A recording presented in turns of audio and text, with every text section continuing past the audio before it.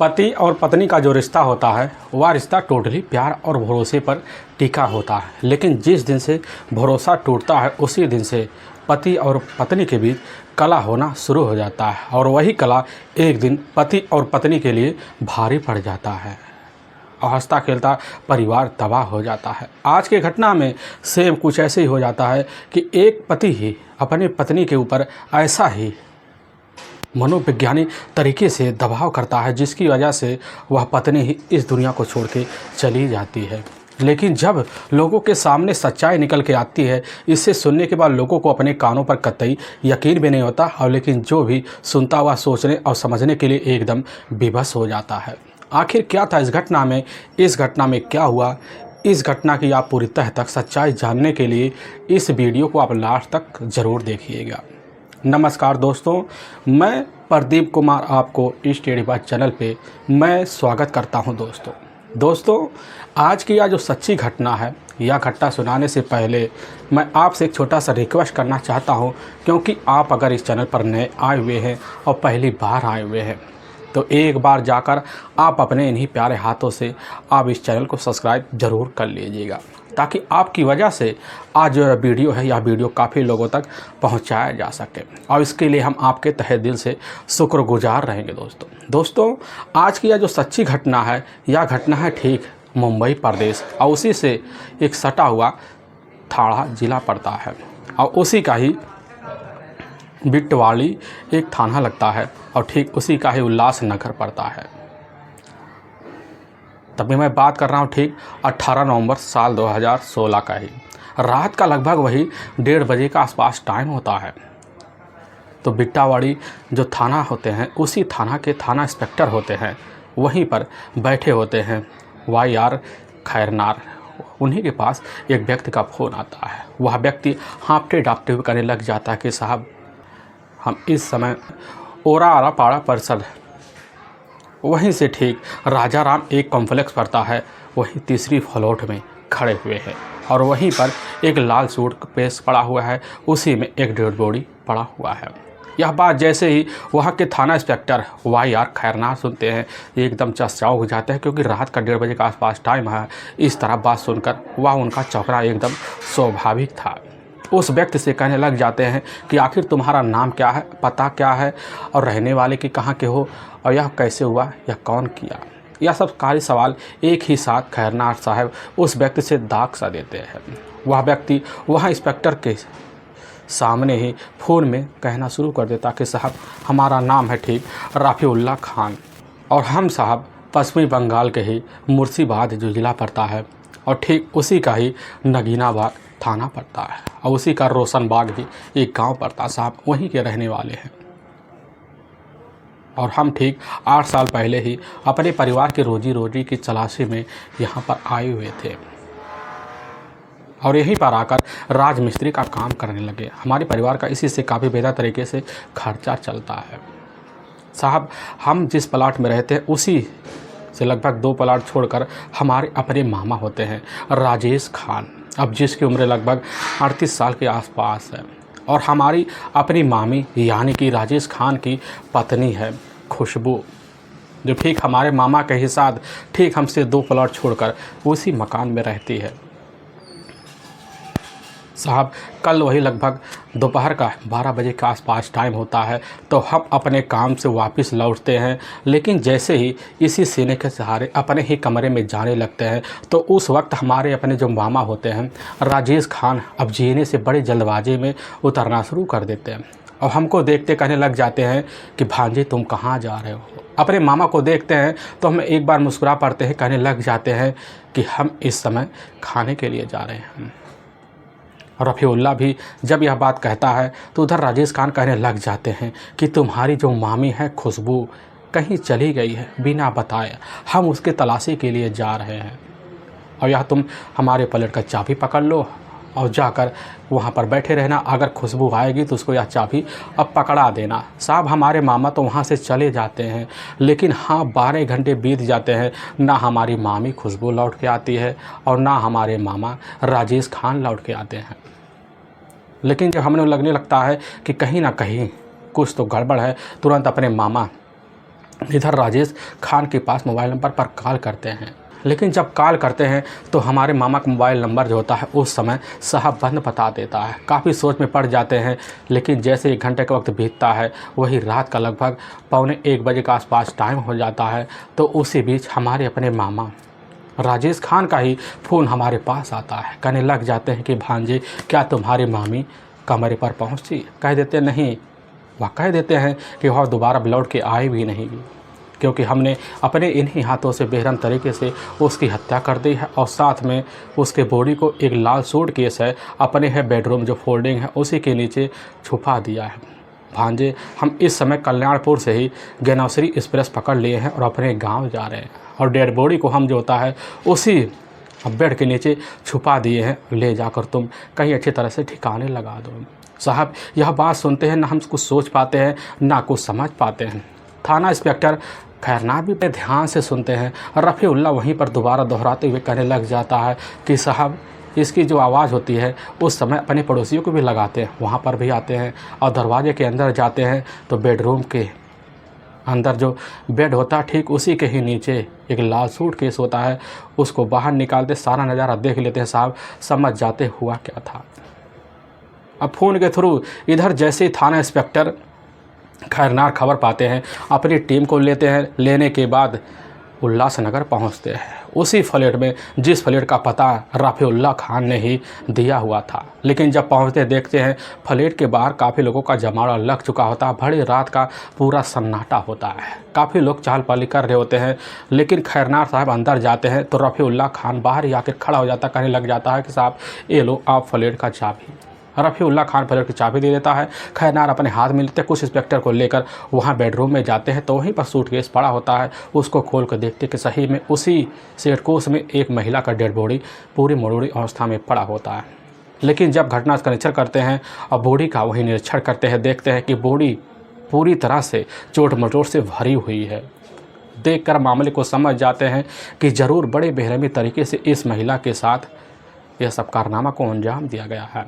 खैरनार साहब वहाँ काफ़ी लोगों से पूछताछ करते हैं। पूछताछ करने के बाद उस घटना का अच्छे से निरीक्षण कर लेते हैं। काफ़ी टीम भी आ जाती है, अपने हिसाब से जांच पड़ताल करती है और रफ़ीउल्लाह खान से और पूछताछ कर लेती है। थोड़ी देर में बड़े अधिकारी भी आ जाते हैं, लिखा पढ़ी करते हैं और इधर पंचनामा भर कर खुशबू के डेड बॉडी को उठाकर अपने ही नज़दीकी जो सरकारी अस्पताल होता है उल्लासनगर के ही मध्यवर्ती अस्पताल में पोस्टमार्टम हाउस भिजवा देते हैं। पुलिस की टीम घटना पर आ गई है। आने के बाद रफ़ीउल्लाह से दोबारा फिर पूछताछ करती है, उनके हिसाब से जांच पड़ताल करती है और अपने साथ उनको अपने ही थाने में ले जाती है। और उन्हीं की तहरीर पर बिना किसी देरी के उसके जो अपने मामा होते हैं राजेश खान के ऊपर धारा 302 के तहत हत्या का मुकदमा दर्ज कर लेती है। पुलिस को पहले ही पता होता है कि उस समय जब रात का 1 बजे के आसपास राजेश खान का फ़ोन खुद इधर रफ़ीउल्लाह के मोबाइल पर आता है तो खुद कहने लग जाता कि हम जो था कल्याण स्टेशन से गनौसरी एक्सप्रेस पकड़ लिए हैं और अपने गांव जा रहे हैं। तो हो सकता है राजेश इस समय अपने गांव के करीब पहुंचने वाला हो। पुलिस की टीम के सामने सबसे बड़ा चैलेंज बस यही बन जाता है कि इस समय राजेश खान पहुंचा कहां होगा। अगर वह गांव पहुंच गया, पुलिस के बारे में भनक लग गई तो तुरंत ही गाँव से फरार हो जाएगा। इसीलिए पुलिस बिना किसी को बताए रफ़ीउल्लाह से ही राजेश खान का मोबाइल नंबर लेती है और उसके मोबाइल नंबर को तुरंत ही सर्विलांस पे लगा देती है और सर्विलांस के ही मदद से पुलिस को पता चल जाता है कि इस समय राजेश खान अपने गांव रोशन बाग से ही पहुंचने से लगभग 10 घंटे पहले ही एक जगह पहुंचा हुआ है। और पुलिस की टीम जैसे पता पाती है लोकेशन के तहत तो पुलिस की टीम वहाँ परमिशन बड़े अधिकारी से लेती है और लेने के बाद वहाँ एक सब इंस्पेक्टर होते हैं और साथ में एक इंस्पेक्टर है। दोनों को उसी समय परमिशन देती है कि इस समय हेलीकॉप्टर लेते हैं और बिना टाइम गंवाए हेलीकॉप्टर लेकर लोकेशन के ठिकाने जाते हैं। जैसे ही कोलकाता के हावड़ा स्टेशन पहुंचते हैं तो वहीं पर सही में राजेश खान पुलिस की गिरफ्त में आ जाता है। पुलिस की टीम वहीं से अपने कस्टडी में लेती है और बम्बई ले आती है और उसी थाने में पूछताछ शुरू कर देते हैं। लेकिन पुलिस के सामने जो सच्चाई बिना किसी देरी के बताता है, इसे सुनने के बाद लोगों का कलेजा भी थर्रा सा जाता है। असल में पश्चिमी बंगाल का एक जाना माना ज़िला पड़ता है मुर्शिदाबाद और उसी का ही नगीना बाग पड़ता है और ठीक उसी में ही एक गांव लगता है रोशन बाग। वहीं के रहने वाले होते हैं राजेश खान। अपना परिवार होता है, अपने भाई बहन होते हैं और साथ में रोशन लाल का खुद का एक अपना कपड़े का छोटा मोटा दुकान भी होता है। बेहतर तरीके से जो ज़िंदगी होता है, इधर राजेश खान का अपने ही परिवार के साथ ठीक ठाक चलने लग जाता। लेकिन जिस दुकान के लिए कपड़े लेने होते तो थोक रेट में कपड़े लेने के लिए मुंबई के ही कल्याण आना जाना ज़्यादातर होता था। और जब आना जाना होता था तो इसी बीच ठीक है कुछ ही साल पहले राजेश खान जो होता है मुंबई के ही जो थाड़े ज़िला पड़ता है उसी का उल्लासनगर पड़ता है और वहीं के उसके अपने मामा होते हैं रफ़ीउल्लाह खान। रफ़ीउल्लाह खान के पास ही अब इधर जो होता है राजेश खान का काफ़ी आना जाना होता है। लेकिन वहीं पास ही एक कपड़े व्यापारी का थोक विक्रेता का दुकान होता है। अब उसी दुकान में राजेश खान पहुंचता है, तभी का जो व्यापारी होता हुआ व्यापारी राजेश खान को थोक रेट में कपड़े दिखाना शुरू कर देता है। लेकिन राजेश खान जैसे कपड़े देखने लग जाता है तो उसी के सामने एक खूबसूरत औरत आती है। लेकिन जैसे ही वह औरत उस कपड़े की पन्नी को खोलती है तो खोलते ही वह उसी चेहरे को ऊपर वह मोहित हो जाता है और देखता है तो एक ही नज़र में राजेश खान उस औरत का दीवाना सा हो जाता है। वह औरत कोई और नहीं होती, वह औरत खुशबू होती है। अब जिसकी उम्र लगभग 26 साल के आसपास होता है। खुशबू ऑलरेडी शादीशुदा भी होती है, उसका अपना पत्नी भी होता है और एक उसके एक बच्चे भी होते हैं। लेकिन खुशबू के मन मुताबिक उसका जो अपना पति होता है अब खरा नहीं उतर पाता है, क्योंकि ससुराल में मन मुताबिक अपनी ज़िंदगी खुशबू जी नहीं पाती। खुशबू के इरादे कुछ और होते हैं, क्योंकि ससुराल में रहकर अपने ढंग के पहनावे और साथ में घूमना फिराना खुशबू का मेन आदत होता है। यह सब आदत को खुशबू का जो अपना पति होता है नहीं सह पाता, जिसकी वजह से खुशबू हमेशा के लिए अपना ससुराल छोड़कर अपने ही मायके में आती है और उसी दुकान पे अपने पिता के साथ हाथ बटाना शुरू कर देती है। लेकिन इधर खुशबू जैसे जान पाती है कि हमारी निगाहों में एकाएक राजेश खान आ गया है तो राजेश खान की निगाहों को इधर खुशबू भी भांप लेती है। और राजेश खान जब भी उल्लासनगर में आने के बाद अपने मामा सफ़ीउल्लाह खान के पास ज़रूर जाता और वहीं से मौका निकाल कर उसी दुकान पर जाता जहाँ से खुशबू की रोज़ मुलाकात हो जाती है। और मुलाकात इस तरह हो जाती, खुशबू का जो मन होता है राजेश खान के ऊपर डोल जाता है। खुशबू राजेश खान की पूरी बैकग्राउंड जान लेती है और राजेश खान भी खुशबू का पूरा बैकग्राउंड भी जान लेता है। और लेकिन धीरे धीरे इनके बीच प्रेम प्रसंग भी चालू हो जाता है, यहाँ तक कि दोनों के बीच रिश्ते भी बन जाते हैं। और जिस रिश्ते की जानकारी जो होता है इधर खुशबू के परिवार वालों को पता चल जाता है कि दूसरी तरफ राजेश खान के परिवार वालों को पता चल जाता है। चलने की वजह से दोनों परिवार में थोड़ी बहुत मुटाव हो जाती है या समझ जाते कि बस करो, इसकी वजह से हमारे परिवार में अब लफड़ा होने वाला है। तो राजेश जो होता है इधर खुशबू को अपनी बातों में इस तरह उलझा लेता है कि खुशबू की बातों में आती है। आने के बाद इधर अपने ही साथ खुशबू को लेता है और लेकर बम्बई पहुंच जाता है और जाकर एक परिसर में किराए का कमरा लेता है और जाकर एक रीत रिवाज के तहत खुशबू से जाकर मस्जिद में अब निगाह कर लेता है। निगाह करने के बाद अपनी ज़िंदगी बड़े ही खूबसूरत तरीके से बिताना शुरू कर देता है। बड़ी बेहतर तरीके से ज़िंदगी खुशबू और साथ में राजेश खान का बीतने लग जाता है। बड़ी तेज़ी से वक्त भागता है, लेकिन वक्त के साथ जो होता है राजेश खान का जो स्वभाव होता है धीरे धीरे बदलना शुरू हो जाता है और उस समय अपने गांव में भी आना जाना ज़्यादा लगा देता है। अब ज़्यादातर महीने में 20 दिन खुशबू को समय दे पाता, ज़्यादा से ज़्यादा 10 दिन अपने घर अपने गांव में समय दे पाता, जिसकी वजह से खुशबू जो होती है अपनी रोज़मर्रा ज़िंदगी से जी कर उधर उस कमरे में परेशान हो जाती है और नौकरी की तलाशी करती है। तभी ठीक उसके कुछ अपने सहेली होते हैं, खुशबू के उन्हीं के द्वारा पता चल जाता कि इस समय जो पास मार्केट है उसी मार्केट में ब्यूटी पार्लर है, वहीं पर काम है। और खुशबू जाती है अब उसी ब्यूटी पार्लर में काम करने लग जाती है। अब इस बात की भनक जाकर राजेश खान को भी लग जाता है और खान भी सुनता तो आकर तुरंत ही इधर खुशबू की बात मान लेता है। खुशबू जाकर उस ब्यूटी पार्लर में काम करना शुरू कर देते हैं। खुशबू के पास ठीक ठाक पैसे आने लग जाते हैं और खुशबू अपने हिसाब से अब अपने शौक भी पूरा करने लग जाती है। लेकिन खुशबू को ज़िंदगी में वह समय तब आता है जब खुशबू अपने बचे हुए समय का सदुपयोग करना शुरू कर देती है। जो बचा हुआ समय होता है उस समय जाकर पास एक बियर बार होता है, उसी बियर बार में जाकर कालगर की नौकरी करना शुरू कर देती है। अब वहीं से उसके ठीक ठाक पैसे आने लगते हैं और खुशबू का जो चाल स्वभाव होता है पूरी तरह से बदल सा जाता है, फैशनेबल भी हो जाती है। लेकिन जब ठीक ठाक पैसे आते हैं तो खुशबू जो होती है ठीक अपने ही पति राजेश खान के जो अपने मामा होते हैं रफ़ीउल्लाह खान जिस फ्लैट में रहते थे उसी परिसर में जाकर खुशबू एक नया कमरा लेती है और वहीं पर जाकर रहना शुरू कर देती है। बेधड़क अपने हिसाब से अपनी नौकरी करना शुरू कर देती है। बड़े बेहतर तरीके से ज़िंदगी चलने लग जाता है। लेकिन तभी इसकी जो भनक होती है इधर जाकर राजेश खान को लग जाता कि हमारी पत्नी की जो चाल स्वभाव होते हैं पहले से ज़्यादा ही बदल गए हैं। वह पता लगाने की भरपूर कोशिश करता है।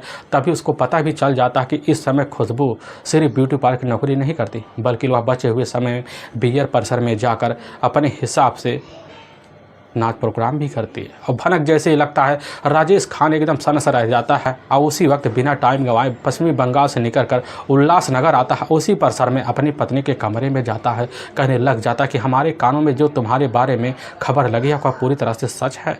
आखिर तुम उस बियर बार में जाकर अब नौकरी करना शुरू कर दी हो। खुशबू कहने लग जाती कि हाँ, इसमें पूरी तरह से सच्चाई, इसमें कहने वाली क्या बात है। हमारी अपनी मजबूरी थी, अपने टाइम पास के लिए उस बियर बार में हम नौकरी करने के लिए अब जा रहे हैं।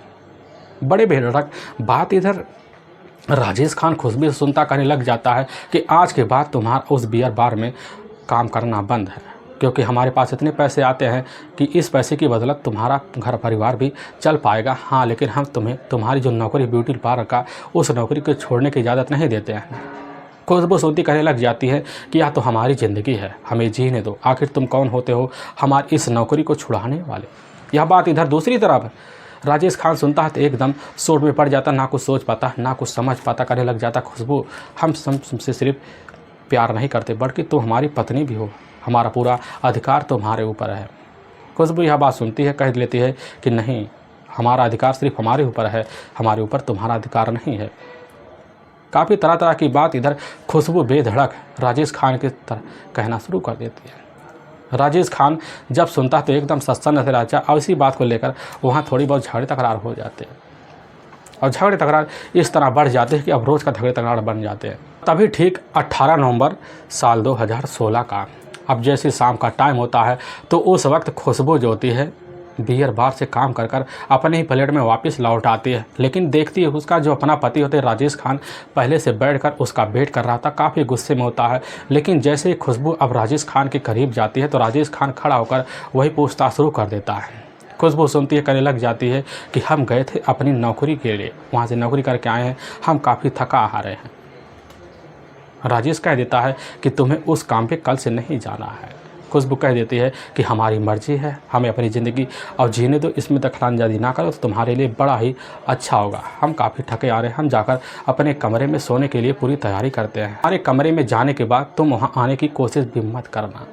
राजेश खान सुनता है, ना कुछ सोच पाता है, ना कुछ समझ पाता है। जिस कमरे में जाकर इधर खुशबू सो रही थी उसी कमरे में जाकर पहुंच जाता है कि देखता है बिन कपड़े की होती है। उसके करीब जाता है, उसको जगाता है, उठाता है, कहने लग जाता है कि तुम्हें आज के बाद काम पे नहीं जाना। खुशबू हमारी बात मान लो, हम तुमसे बहुत प्यार करते हैं। लेकिन खुशबू अपनी बात पे अड़ जाती, कहने लग जाती है कि अगर तुम्हें हमारे साथ रहना मंजूर नहीं है तो हमें छोड़ के जा सकते हो। और यह बात सुनकर राजेश खान काफ़ी गुस्सा हो जाता, वहीं पर अपना ही जो पैंट में लगा हुआ जो पट्टा होता वही निकालता, उसी पट्टे से इधर खुशबू की बार बार पिटाई कर देता है। इतनी पिटाई करता है कि अपनी वो ज़मीन पकड़ लेती है। और इतने गुस्से में आ जाता है कि राजेश खान खुशबू का वहीं गला दबाकर हत्या कर देता है। लेकिन जैसे ही राजेश खान को होश आता है तो ना कुछ सोच पाता है, ना कुछ समझ पाता है कि आखिर हमने कैसा जल्दबाजी में फ़ैसला ले लिया। लेकिन इस घटना से बचने के लिए राजेश जाता है वहाँ पर रखा हुआ एक अलमारी, तो उसी अलमारी में खुशबू का ही सूटकेस होता है। काफ़ी सारे कपड़े होते हैं, काफ़ी सारे जो कपड़े होते हैं उनको इधर राजेश खान निकाल लेता है और सूटकेस को लाता है। उसी सूटकेस में मोड़ मड़ार के खुशबू की डेड बॉडी को पैक कर लेता है और ले जाकर उसी ही बेड के नीचे डंप कर देता है। लेकिन जैसे जीने के सहारे दोपहर के टाइम उतरने लगता है तो उसी बीच उसका अपना जो भांजा होता है अपने ही काम से रफ़ीउल्ला खान लौट रहा था, जीने पर चढ़ रहा था। तभी अपने मामा को देख लेता, कहने लग जाता कि मामा जी आप जल्दबाजी में कहाँ जा रहे हैं। राजेश खान कह देता है कि तुम्हारी मामी गुस्से में हमें छोड़कर कहीं चली गई हैं, उनकी तलाशी के लिए जा रहे हैं और यह पलट के तुम चाबी पकड़ो, जब तुम्हारी मामी आएगी तो उनको यह थमा देना। लेकिन रफ़ीउल्ला जो होता है अपने मामा से कुछ बात कर कर अपने ही प्लॉट में आता है।